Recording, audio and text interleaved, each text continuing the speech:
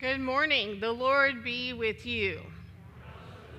We are glad that you are here to worship with us this morning on this cooler morning. As we worship this morning, we also welcome those who are not only with us physically, but those with us online. We are glad that you are with us. As we continue to do worship in a little bit different way, and you wonder, how can I respond to all of the blessings in my life? How can I respond to how God is at work in my life? How do I give Him my tithes and offerings? Those plates are at the doors on your way in and on your way out, and we invite you to leave those there. And if you're with us by being at home, you can mail those in. You'll see the address on your screen. We are glad as we continue to move through the season. There are some things that we are able to continue to resume. This week will be men's breakfast, right, Sam? And you've got a huge, wonderful breakfast feast that is safe and all kinds of goodness, right? All right. And what time? 7 o'clock. And I know some of you might say, oh, that's early. Reese, would you say that's early? It's a little early. But it is totally worth it. It is worth it not only to come and eat the food, but the food and the fellowship and the devotional that is always provided is a great time to come together. In a season such as this, there is nothing better than coming together to break bread, to spend some time in devotion and prayer together. And so it's great at that time. And you don't have to be a member of our church. This is one of those ministries that we do really well, that it's not just about Methodists. It's not just about those who attend our church. We have a huge group of people throughout the community. So invite your neighbor. Invite a friend that you play golf with. Come and enjoy that. It is a great experience. Also, we continue to have youth. That will begin this afternoon at what time, Jason? 5 o'clock. At 5 o'clock. So we invite youth, junior high come. Then we have a shared dinner with junior high and senior high. Junior high goes home, and then senior high stays for their time. Also, we have on Wednesdays confirmation, and then handbells, and then choir. And there's always room for more people, even socially distanced. So if you're interested in that, please let us know. Some of you have asked, how are we doing on the envelopes? So just over a month ago, I shared with you, we're making tremendous progress on our debt. And then I laid before you what Sam and I call an audacious goal, that if we raised an additional $30,000 this year through a system of envelopes, coupled with undesignated restricted funds, we would be under $50,000 by the year end, which is a huge, amazing goal. Then next year we do some of that again, not to that full intensity, but to an extent. By May, we could be burning the note.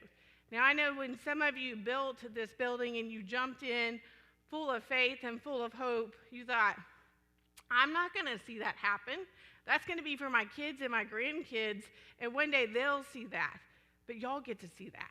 If we continue at the intensity, Dave Ramsey says gazelle intensity, if we continue with that intensity, we're going to be able to complete that by May. The beauty of that is then we get to open up opportunities to the tune of $30,000+ that we free up in our budget to say, oh, we could do that thing that we think that God is calling us to. Oh, we could possibly do that. So this last month, the goal was $10,000. Y'all did amazing well. You ready, Alex? Drum roll. Oh, it's up here. $9,500. Y'all did amazing with that. So some of us were like, maybe we'll get 200, maybe we'll get 2,000. But I think a lot of us thought getting that close was a huge, audacious, big step. So some of you said, now what are we doing now? So we're moving into that season where we intentionally remember the saints that surround us, those who have gone on before us. You read in the scriptures of Hebrews and others that there's a cloud of witnesses that surround us, that are cheering us on to persevere in the race. Each month when we participate in the sacrament of Holy Communion, we don't just do that on our own. We believe we're in a feast with those saints who have gone on before us. So this next month, what we're looking at, what we're working on, is giving thanks for that legacy of faith, of those saints who have gone on before us, that cloud of saints. So this month, what we will do is you'll find an envelope on the backboard. Where's the other one, Ashley or Alex? There's another one. I think they're both back there right now. But you will find an envelope. Inside that envelope, you're going to find a card. And on that card, you write someone's name, a saint, someone who led you to faith. Maybe it was a grandparent. Maybe it was a mentor or a neighbor. But you're going to write that name on that envelope and on that card, put it back in the envelope when you return it. As we receive names over the next month, we're going to build a word cloud. We're going to build a cloud of saints. This is what a word cloud is. So when you put all those words together, it becomes a word cloud. We're going to build a word cloud of saints, of names. We'll be building that over the next month. When all of this is done for this piece of the campaign, I don't like the word campaign, especially this season, but this effort, once we are done with that piece, we will frame this word cloud, and it will be hanging in the Wesley Center for those ahead in the years ahead to see this legacy of saints, this cloud of saints who is opening the doors for ministry beyond what we can imagine.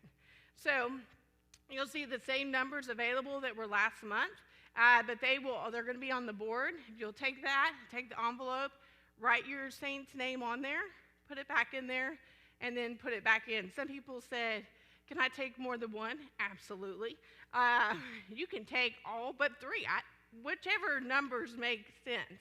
I will say for my family, we looked at, for my brother, was born in the year of 83, January 3rd, 83.